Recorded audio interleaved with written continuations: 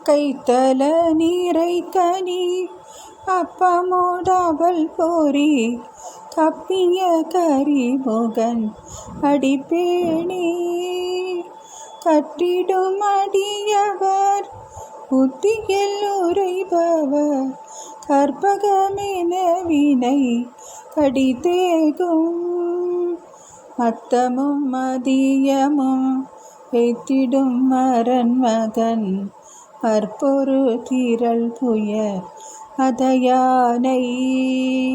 மத்தள வயிரனை உத்தமி புதல்வனை